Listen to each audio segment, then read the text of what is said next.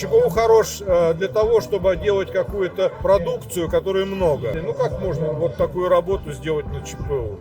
Конечно, наверное, можно, но это то же самое, как приклеить репродукцию, покрыть ее лаком или написать картину маслом. Во все вкладывается душа, это основное. А так можно, конечно, можно. Получается, для вас самое главное – это оригинальность работы, а ЧПУ больше для потокового производства. Да, конечно.